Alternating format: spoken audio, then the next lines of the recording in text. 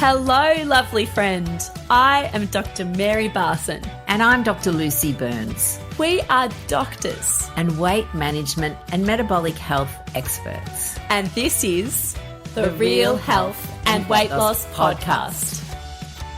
Hello, lovely friend. Dr. Mary here, and today I am joined by a very special guest. We have got the wonderful Judy McKay here with us, who is currently doing our 12-week mind-body rebalance and has an amazing story to tell. Judy describes herself as an older woman and has here to share a story in her own words about how it's never too late to lose weight and to reclaim your health.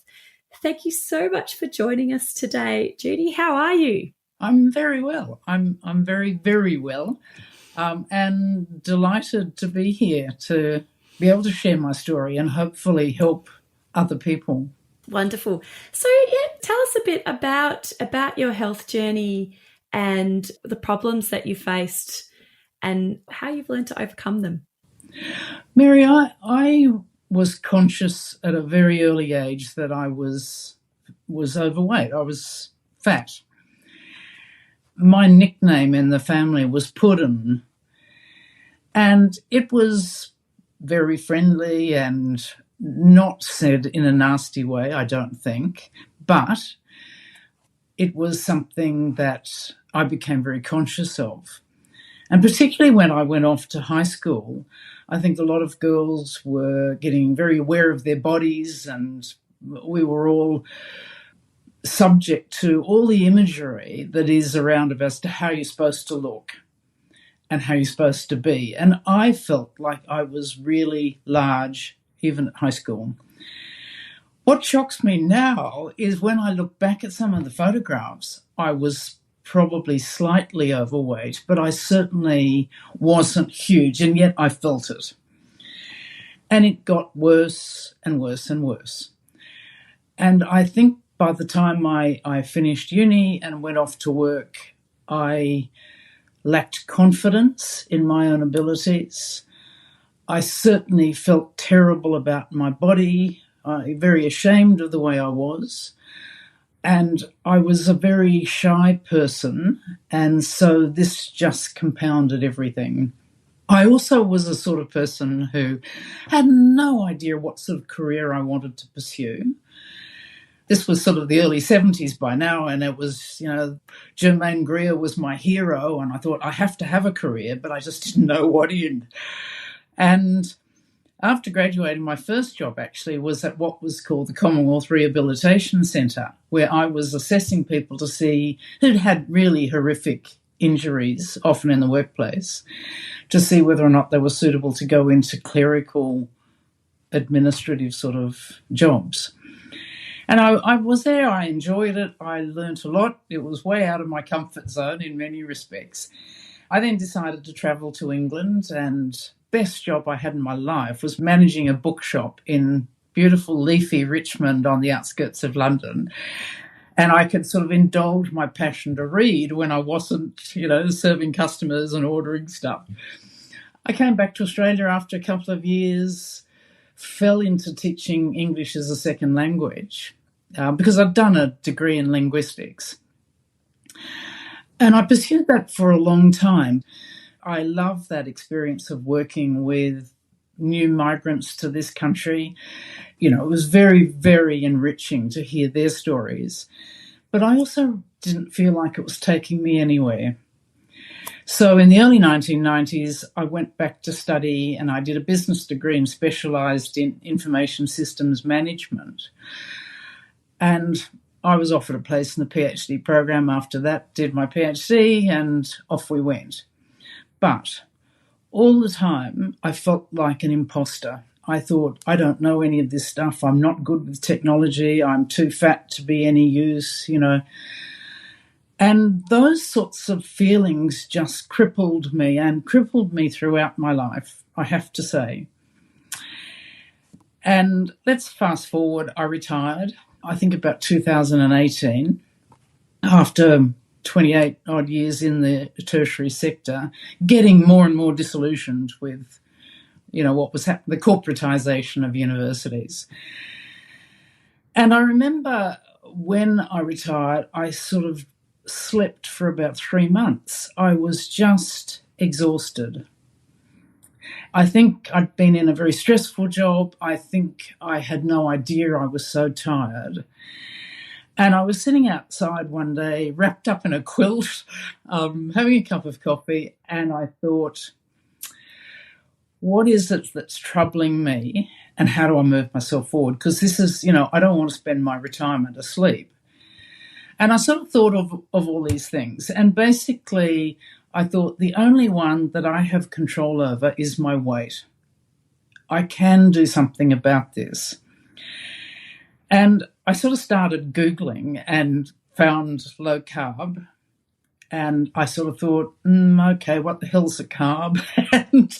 and so I sort of started muddling around and trying to find a few recipes. But in the process, I discovered Diet Doctor. And I was a bit cynical. I thought, Diet Doctor, I don't like the sound of this. Actually, they said, 2 weeks free trial, no credit cards needed. We'll give you all the recipes. We'll give you a little bit of information and see how you go. Well, day 2, I signed up because I thought this food is fantastic. And I think I lost about 64 kilos over the period of 2 years. It was great. The recipes were fantastic, but once you get the idea of eating low carb, it wasn't the recipes that mattered. And what I think I really benefited from was a very supportive Facebook group. Very supportive, very positive. And, we used to talk about all sorts of things. A lot of them had nothing to do with weight or health, but it was fun. Then Diet Doctor decided they were closing down the Facebook group and they were going to create their own community inside their website, which they did, but it never quite worked all that well. And then they said, well, we're closing the community down. And I have to say, I felt bereft because all these people that I'd chatted to for 2 or 3 years, and we'd always said, if I ever get to Germany, let's meet up and have a coffee and this sort of stuff. They were gone. And so I started thinking, I need a community. And I tried joining another group in America, but it was primarily cooking. And I thought, I don't really want to have 58 recipes for how to celebrate Thanksgiving. I don't need, 10 recipes for Christmas. So I started really looking for something else. And I have to say, about that time, I realised it wasn't so much my eating that was the problem, it was my head.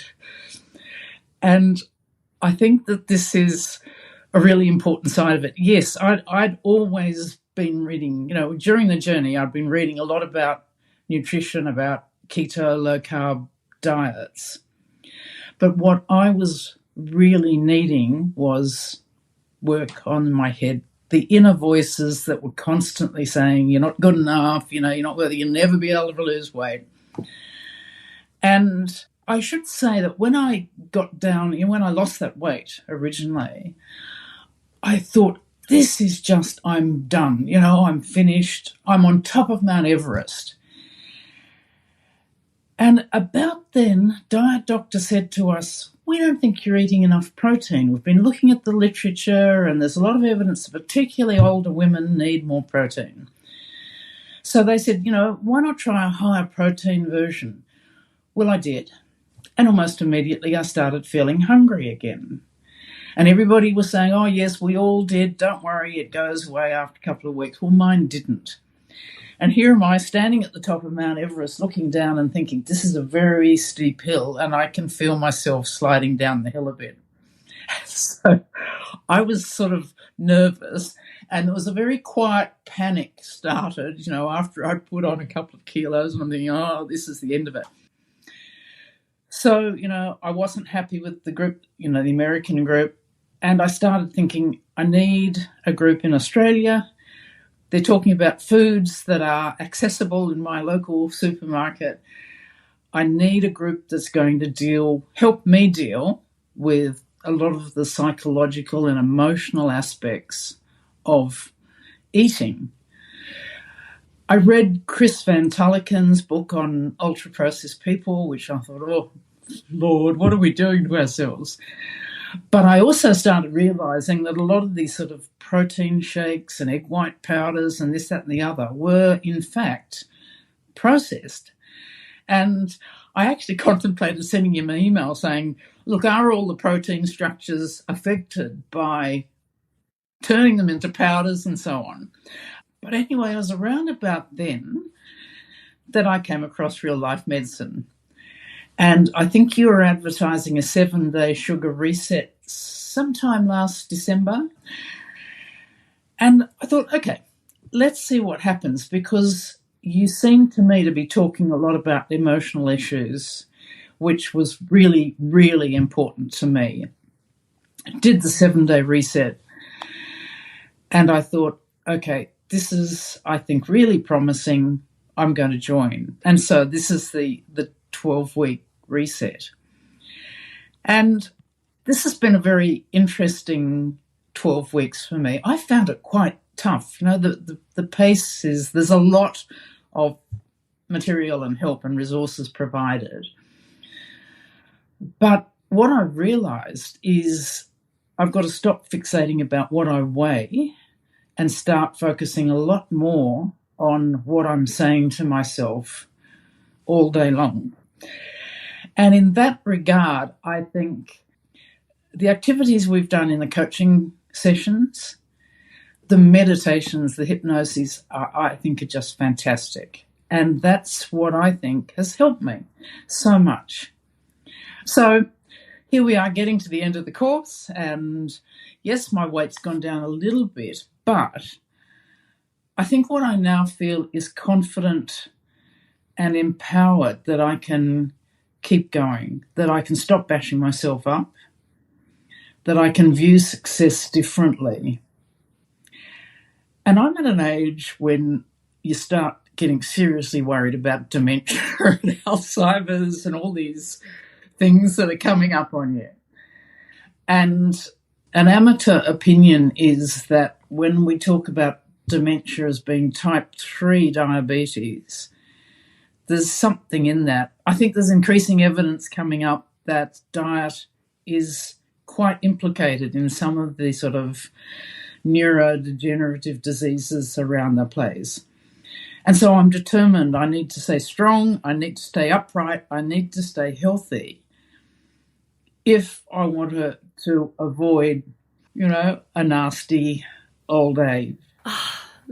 I love that. It's such a powerful story. And your words, beautiful Judy, you've described yourself as an older woman. And you mentioned before that, it's never too late. And that's like a message that you want to get out there. And could you tell us a little bit more about how you're feeling now? You've done so well. You found low carb, you found a supportive community, then that supportive community went away, and then you found another supportive community here with Real Life Medicine. You've gone through this mindset change through the 12-week mind-body rebalance. And can you just describe to sort of how are you feeling now, both mentally and physically, like sort of now compared to when you started, a few months ago? What's been that change for you? Well, physically, I feel great.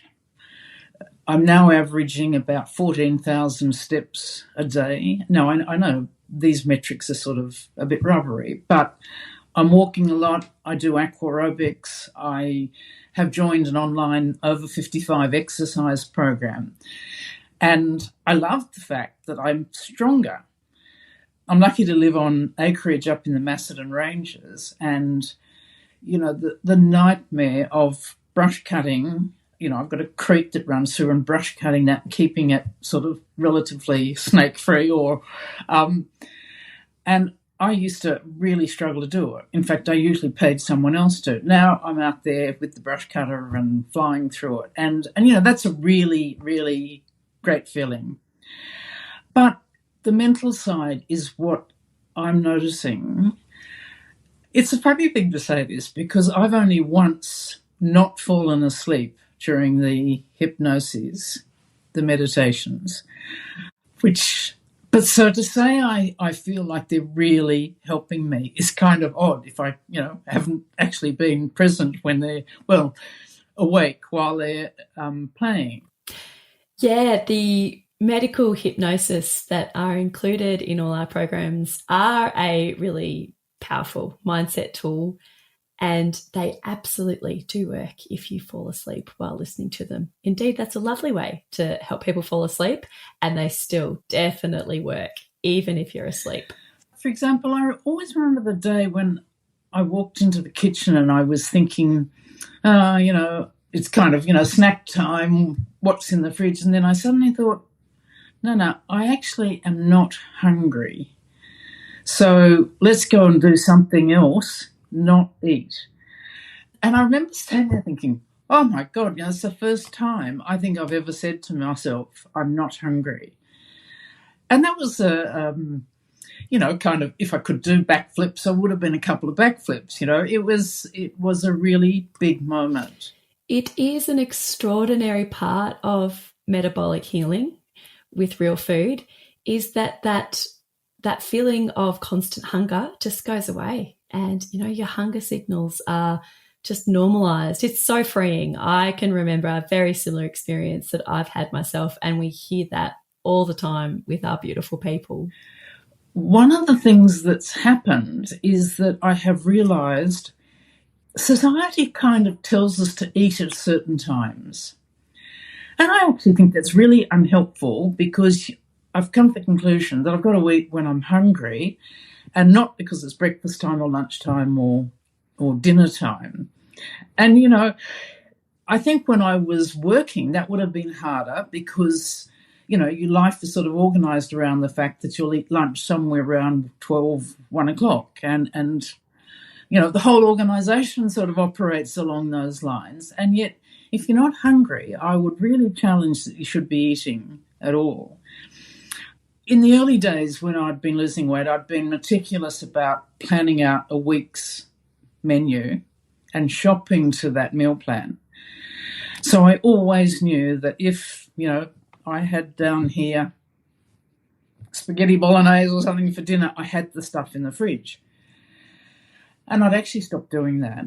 And that's, for me, dangerous, because that's when you open the fridge door and you think, oh, what'll I have? Well, I might just have a bit of this. And if I start grazing, then I graze for hours until it's dinner time, for example. So I think I went back to planning meals and knowing that when I did feel hungry around lunchtime, the stuff was in the fridge. It was either already cooked and just needed reheating, or at least it was there. And that for me was also, I think, helped me get a handle on snacking, because I'm a great snacker.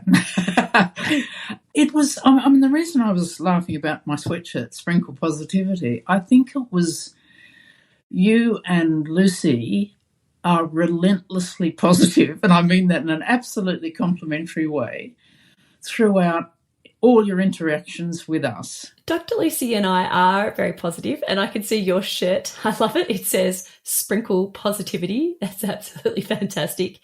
We really are very positive for an important reason. It's not just our personalities, but being able to love yourself and learning to love and accept yourself just as you are is a really important part of health and weight loss. And not only does it make your life better, but it also quite literally helps you get well faster and lose the weight faster.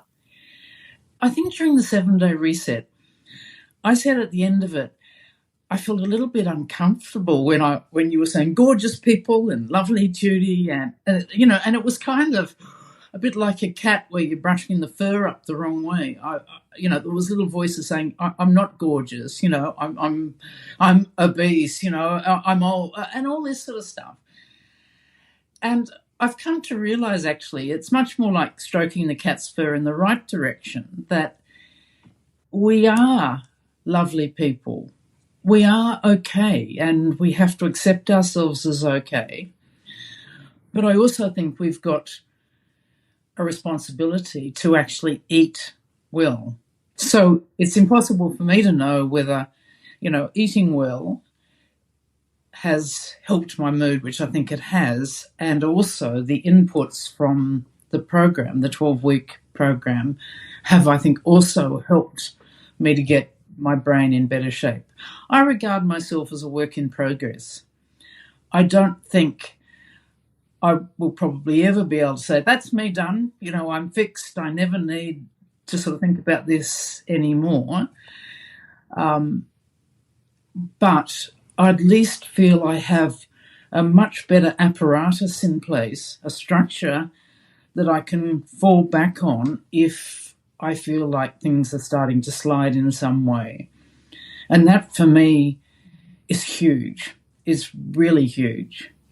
And I think it's both. Absolutely. It's the food and nourishing your body well as the mindset skills and the hypnosis, which completely work if you fall asleep, by the way. That definitely still works really well.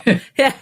I love that you said you're a work in progress, because I think that we are all a work in progress.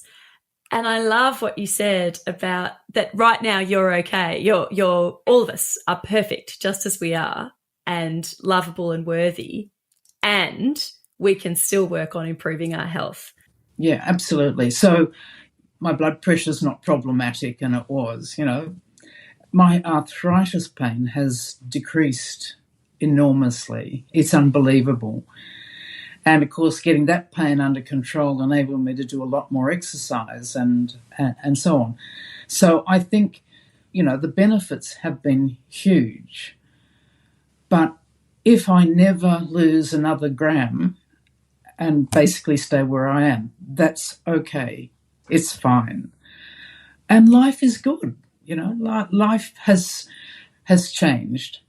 What would you say out there to women who are perhaps worried about their health as they are getting older, people who perhaps feel, despondent and traumatized about their weight, their health, as you did?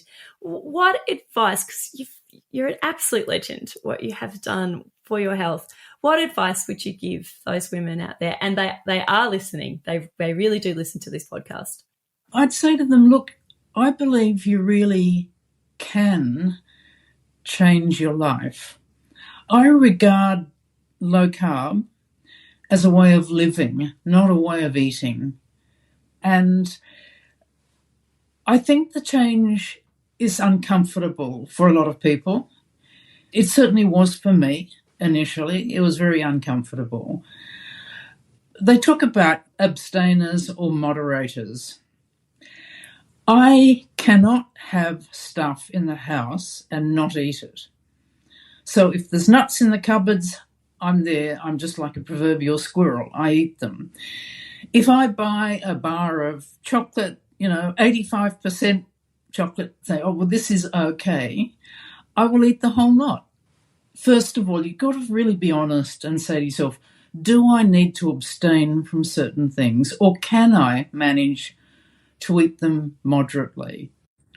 Now, I'm lucky. I was on my own when I did it.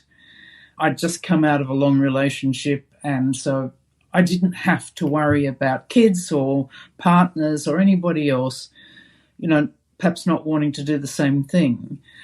But I also think it's really easy to actually base your meal around low carb and perhaps cook one side for people who want or won't eat low carb. You can do it. And I'd say to people, never give up on yourself and think there's nothing that I can do about my weight, about my health. You can. And there are people who have had sort of worse health problems than I did who have actually made remarkable changes. I was lucky not to be diabetic, I guess, but how good would it be for everybody who's diabetic out there if they could reverse or at least get much better control over their type 2 diabetes? And we know now that we can. And I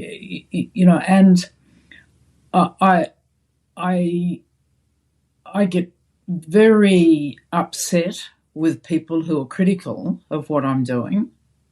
I think the green jealous man starts sitting on people's shoulder when they see that you're healthy and you've lost weight and you're sort of bursting with enthusiasm for life. And brush cutting your own reedy grass. And, doing all these things that I'd never thought were possible. I mean, let's be honest. So I think sometimes there's a jealous reaction around others. I think you can only do so much to help people, but they've actually got to be the ones that do the hard yards to change. Yeah, you can't control other people. No, you cannot. You cannot. And the other thing I would say to older women is do not go shopping in a supermarket when you're hungry. Love that advice. Don't ever do it. And they always say stick to the perimeter of a supermarket where, the fresh meats and fruits and seafoods are. But for God's sake, stop when you get to that wall of ice cream and fish fingers and crumbed this and, pies and everything else. Don't go to that bit. But, yes, stick to the perimeters. And I think the other thing I've learned is don't eat in the car. You've really got to stop eating in the car because it is amazing how much you can shovel down, sitting at traffic lights and things like that. Oh, thank you so much for sharing your journey, your wonderful, inspiring story. Fantastic advice too. There's some really some absolute gold in there from your lived experience. I love the way that you have gone through this whole transformation of not just losing weight, but also improving your blood pressure, your arthritis, your health, really healthy on the inside, as well as your mindset and your self-acceptance, and that you're just really strong. And that image of you brush cutting, the long grass by the creeks on the Maston Ranges is going to stick with me. It's absolutely enchanting and I love it. Yeah. Is there any final words you'd like to say as we wrap this up? What would you say to people out there who are thinking about taking that first step towards healing their bodies?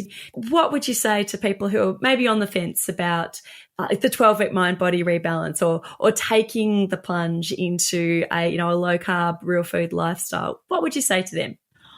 I would say to them, go and pick up a piece of paper and a pencil or pen and start writing down how you feel physically, emotionally. You don't have to show this piece of paper to anybody.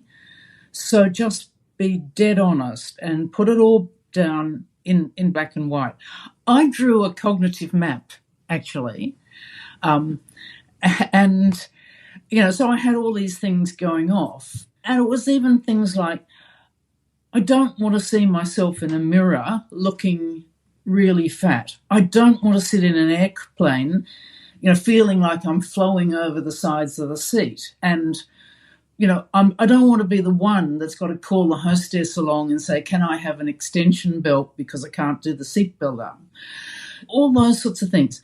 I don't want to be really limited in my choice of clothing and so on. I mean, those are the sorts of things I was writing down, all these things that I hated about myself and about being overweight. I'd say to people, think of the physical things. Have you got pain? Do any of your joints hurt? Do your knees hurt? If you have to get down on the floor, is this a sort of a nightmare scenario where how the hell am I going to get back up again? I have a robotic vacuum cleaner that always stops under my king-size bed, right in the middle. I have to get down on my hands and knees to haul this wretched thing out. And that used to be a nightmare. It was, a big pillow under each knee and, what can I hold on to get up? I don't find it that difficult anymore. So write it all down, how you feel. Now, if you're comfortable with how you feel sitting on the fence, so be it. But if you're not comfortable, then trust the process that you can firstly get off a lot of prescription medications you're probably on. So, for example, I was on quite a high-powered prescription painkiller for my arthritis pain.